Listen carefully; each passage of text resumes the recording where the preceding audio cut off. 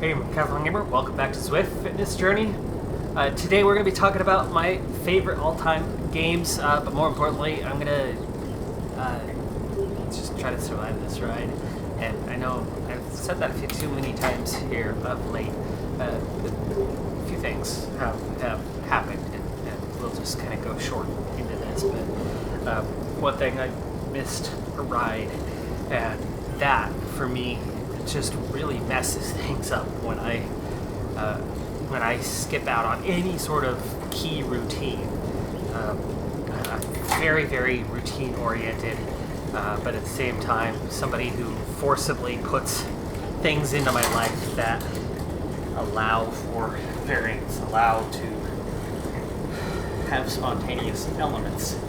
But outside of that, I keep up with the routines. That's why I've been able to keep going on the channel even when there wasn't any sort of audience or like this. I have a relatively small audience at this point here with Zwift, but it's about the routine. It's about the goals and the objectives and just pushing, and you just do. You just keep doing. Never quit. Well, anyway, missing one is harsh. Very, very hard for me to have that happen.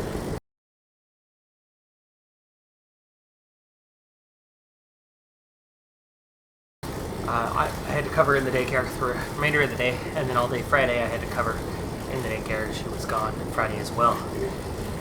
And so 2 days of all my regular workload being lost.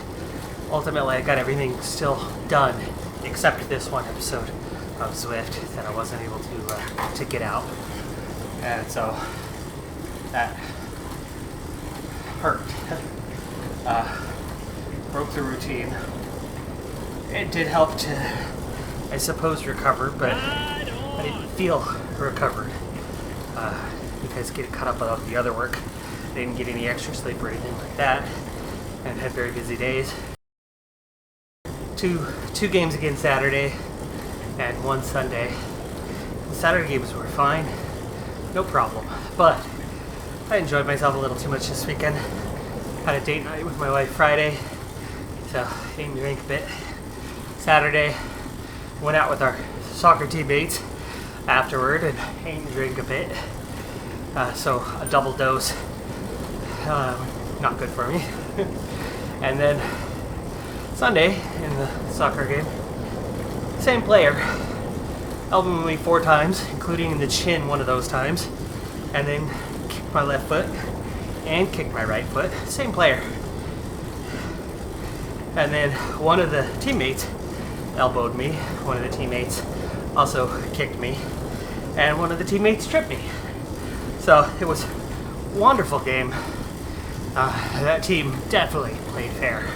Absolutely. I have a huge lump on one of my feet, quite swelled up, and the place where I had a bruise from last week was mostly healed, but not all the way. It wasn't the exact same spot, but it overlapped with that spot, so that's all bruised and a little swelled up. So both feet, really not feeling it. Anyway,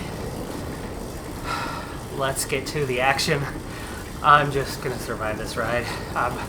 Between the eating and the drinking and getting kicked multiple times, I'm feeling less than amazing. And I'm doing this so that I can still do this in the future, because today I really don't feel like doing this. So I'm gonna ride backwards around Paris. As I begin the discussion on my history in gaming, of course the purpose for this is to get you inspired to also discuss this trip down memory lane for you. What games have you also played that I've played, and maybe what are some of the highlights of your history of gaming? So do get involved in that discussion in the comments below. Let's get on with some of the old titles. Well, before we have the recorded, I don't know how many hours I played of these, but I just have key memories of lots and lots of time logged into these games historically. One more recent title that I primarily played on Xbox, Minecraft. Also Left 4 Dead was something I played an absolute ton of, and I'm really excited for this upcoming Back 4 Blood, which is essentially Left 4 Dead 3. Call of Duty World at War was my main first-person shooter that I played lots and lots of, especially with that zombie mode. That was a lot of fun. MMOs. The one MMO that I really did spend absolute tons of time on was a guild leader of, and actually ended up having 2 members of my guild as roommates after we were already guild members, one of them moving to an entirely different state from where they had been previously. That would be Final Fantasy 11.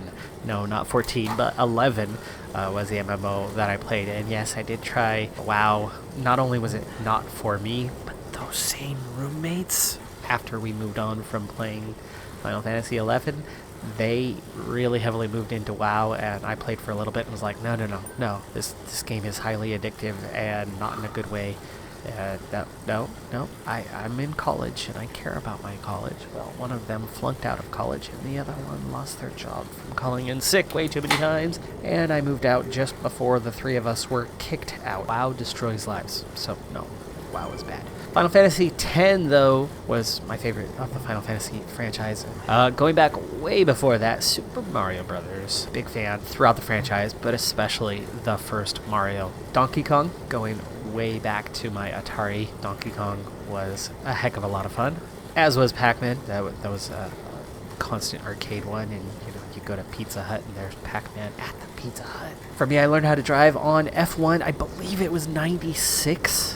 Whatever version of the F1 game they had back then, but that is what taught me to drive, and that's where I became a F1 fan originally. My other driving game, though, much later, that I spent lots of hours on, easily 100 plus, was Gran Turismo. I believe it was Gran Turismo 2, but one of my all-time favorite games as a kid that just does not get much love on major lists out there, but for me, easily was hundreds of hours back at a time where I played outside much more than I gamed inside.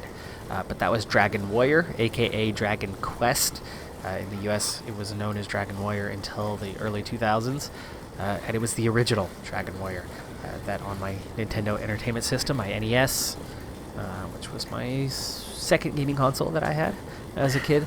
Oh yes, that's where I became a fantasy fan, and I have one memory right around that time as a middle schooler, where I ended up at a friend's house, and they were preparing a D&D campaign, and man oh man, did I miss a huge opportunity, because I was born to play D&D. So actually now, as a much older adult, I'd actually be getting into my first ever D&D campaign here quite soon.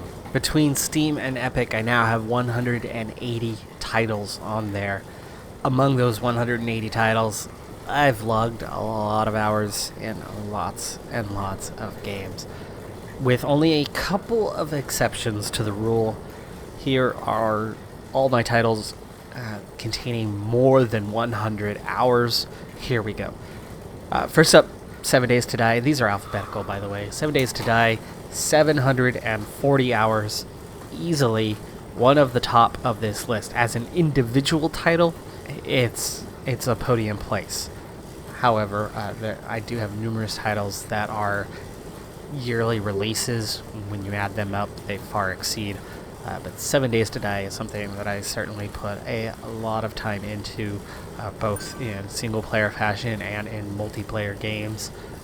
Those with family, my wife, my dad, my nephews have all played that game in various times, various manners, various campaigns. Crusader Kings 2, 144 hours, and Crusader Kings 3, 68 hours. Now, the reason why I bring that one up, even though it's under 100, is I think it's quite clear that I'm a bigger fan of CK3 than I was of CK2, as I've already logged 50% of the hours that I had, and CK2's been out for many, many years, and CK3 is still fairly recent. Draft Day Sports, college basketball, 2017, just over 100 hours logged. I actually had the game and had probably already logged 25 to 30 hours before the game was added into Steam. and then through key add it to my Steam library. So well over 100 hours on that one. Definitely a fun game. Did well on the channel, and is my Wolverine Studios mainstay. And I know I've still got an audience out there who's relatively often asking me to get back into one of those titles, and I do plan on doing so. We'll see when, though. It's coming. It's coming. Next one is Eco. I set down Eco for a long time, and just recently picked it back up. And actually, before recording this, I was just doing another 20-30 minutes on Eco with a little bit of free time, taking a break. 221 hours is a good amount, but it's certainly not up there among the best. Fun game, though. And it's grown and changed since I previously played it, and I very much like it. I wish there was still a little bit of a survival element to it.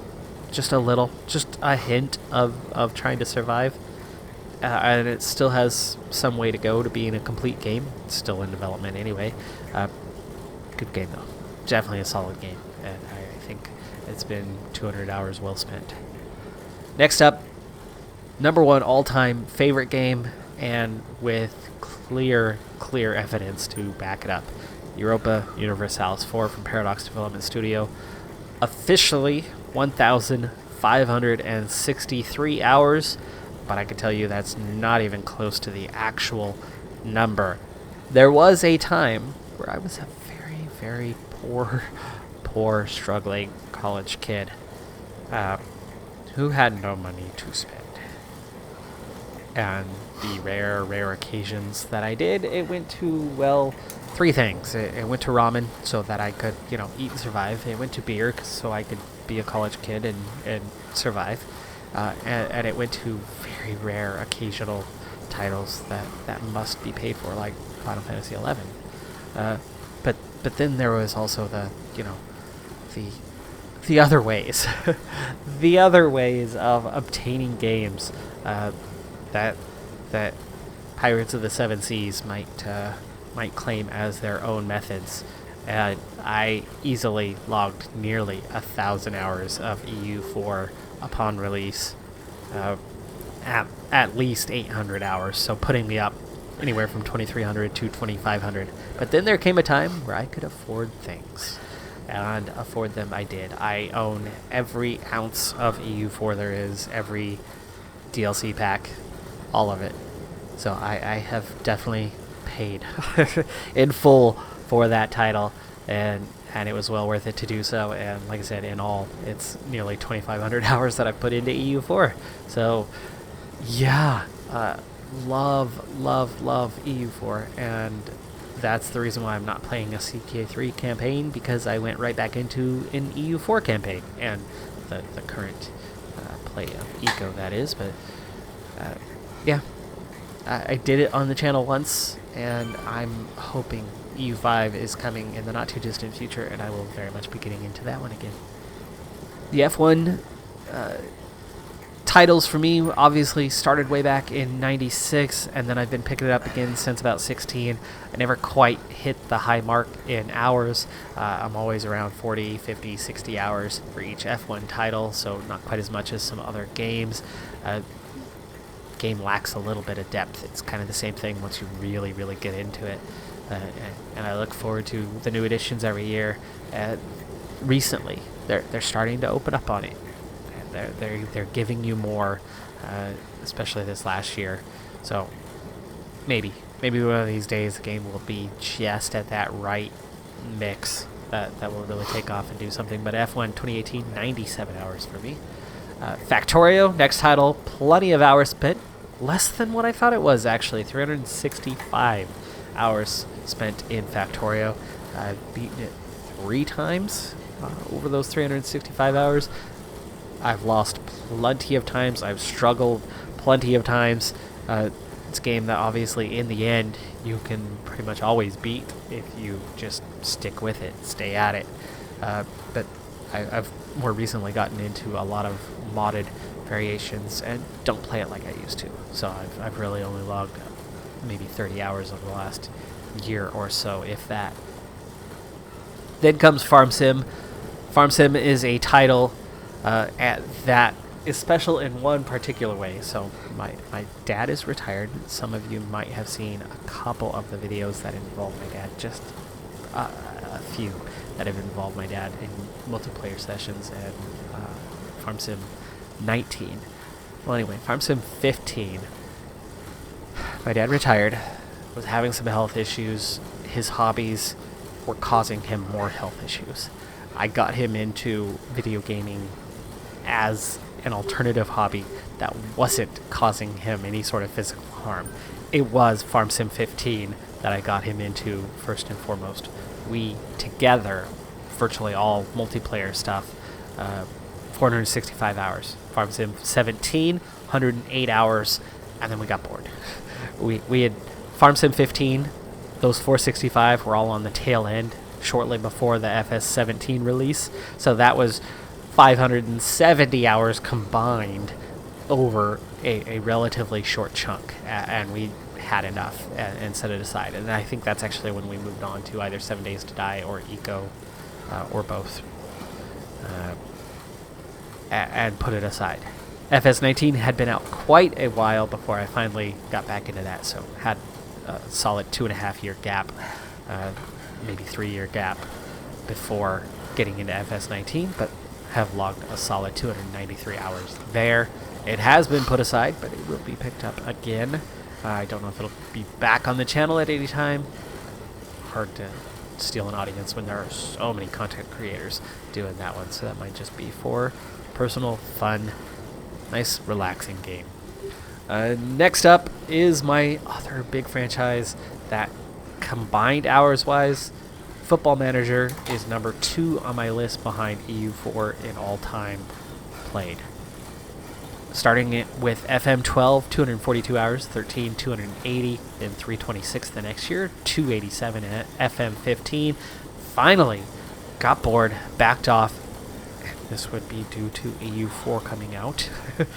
Beginning with FM16, did not get to the 100 hours, still played. Same with 17, still had it, still played it. Both of those after release, and did not play them a whole lot because I was just stuck on EU4 all the time. Finally, FM18 got back over 100 with 153 hours. Did that on the channel, really enjoyed it. Was back up to that mark though, and so with FM19, got bored again. Didn't go in as long, didn't hit 100 hours, set it aside, stopped it on the channel, lost my audience, which sucks because then with FM20, 143 hours, back into it, enjoying it again, but the audience didn't come back, and now same with FM21, 148 hours, so just a few away from the most I've done since way back in FM15. I really liked it this year, and I'm still going, but not going strong because the audience isn't there. So I'm like, how much do I want to play on my own? How much will the audience keep me going, or will I keep going when the audience disappears, which I think is just about there. So big question marks whether I will be continuing on with Football Manager much longer, or at least this year's edition. Next on the list, another Paradox Development studio title, Hoi 4. Hearts of Iron, 416 hours there. Pretty solid number, but certainly not an amazing total. It's certainly in my top 10 list though. Parato Rome, again, Paradox Development Studio. And surprising that I've managed to go over 200 hours on that one, 203. Next up, long time game on the channel. I can't wait for the next PC release for this, and that's Motorsport Manager, 377 hours. I've also done their mobile versions and put plenty of time into those. Probably 150 hours combined on all their mobile versions, so yeah, I really enjoy that, and I can't wait for the next PC release. I do not have the original PC one. That's stopped at 377. It's not going to grow anymore, so I would like to see that. Next up, I don't have the exact totals. This is combined over having it a long time ago before Steam, and then having it on Steam, and then having different versions of it. Mountain Blade. Combined, 100 hours, definitely, but not as much as I thought it was going to be. And then that brings us into Pro Cycling Manager. Pro Cycling Manager, of course, is the mainstay of the channel, and it is my third most played game. It's not my favorite, but it certainly is the audience's favorite. I do enjoy it, obviously, as I have amassed many, many hours, beginning with PCM 14 every year since. Haven't had it as long as I thought. I'm only 7 years into the title. 213 hours in that original one, 110 the next year. Then backed off a bit. I still had 60, 70 hours every year for those next couple titles, but it was PCM 18 when I started putting it on the channel where I really upped those totals. That was all those years, especially PCM 16. Main reason why those hours dipped was because of EU4. EU4 just 2016 on was everything to me when it came to gaming. PCM 18, 268 hours, 19, 351 hours, and the most recent, and my new title holder, PCM 20, 392, so just about to hit 400 hours. Virtually all of those are on the channel, all 400 hours. Of course, there's a lot edited out, there's a lot of in between that I have to do. It's not actually 400 hours of footage, but it's every single day. Every day I'm putting out PCM content. So it really does add up. It's definitely hundreds of hours. I don't know if it's half of that 392. It might not be quite that much, but it's well over 100 hours. Last few titles here. RimWorld, 156. Stellaris, 179. Surprised that that's less than Imperator Rome. I did enjoy it more than Imperator Rome, which is just an empty shell of a game, and it's slowly getting better, but I don't have it on my desktop anymore. It's not installed any further. And my other recent title that I just do casually, I did it on the channel for a while, and it was too slow paced, and I really should have been editing, and should have known how to play. I do know how to play now, and I'm 70% of the way through the game and getting down to the last few maps. I have 3 regions 100%ed onto the 4th of 6 current regions, and that is SnowRunner, 178 hours. So the obvious winner for me, EU4. If you've seen my year in review videos, you definitely heard me speak about how it's been my #1 all-time game. The other big highlights, of course, Football Manager, Pro Cycling Manager, 7 Days to Die is the #4th all-time played, and then you got Motorsport Manager and Factorio pretty close to each other, and Farm Simulator. Farm Simulator is, I'd say, about #4 on the most played. Just ahead of 7 Days to Die in, I guess that would be 5th place. Alright folks, well, that wasn't the most amazing ride ever or anything, but it was better than what I put in recent rides, and yeah, that was a recovery ride. I think the factor here is not how I'm feeling, because obviously I'm not feeling so good. And I took a half lap to warm up, and then got going for the complete loop. And definitely was able to push harder during the loop than I was during the warm up. But I think the reason why I put in a better time, that might be a factor why my wattage has been so low. Today wasn't necessarily higher, but honestly, I think you probably saw it in heart rate. I really wasn't working as hard today as I have been, like in the time trial last week, for example. And the reason why that is, I lowered the seat just this much. I think simply lowering the seat that little bit made a world of difference. Might even lower it just that little bit more. I'm more on top of the pedals and not reaching quite as bad. Might have noticed I'm not bobbing back and forth as much as I normally am. It's even when I'm not riding hard, I tend to be bobbing around a fair bit, and that just wasn't the case this time. So, seat could have been a factor why I've been having so many troubles. But anyway, that completes this circuit.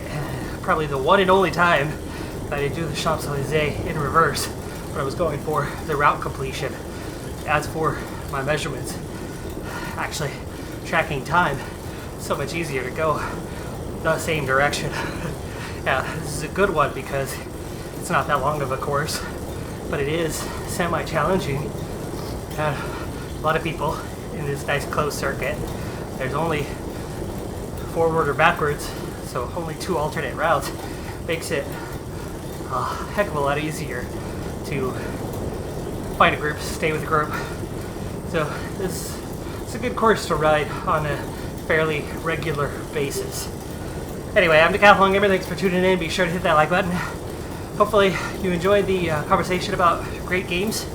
And if you have any games of your own that you'd like to add to the discussion, some of your favorites, or if there was any of mine that you despise or whatnot, be sure to comment below. Have a good one. Be safe out there. Bye for now.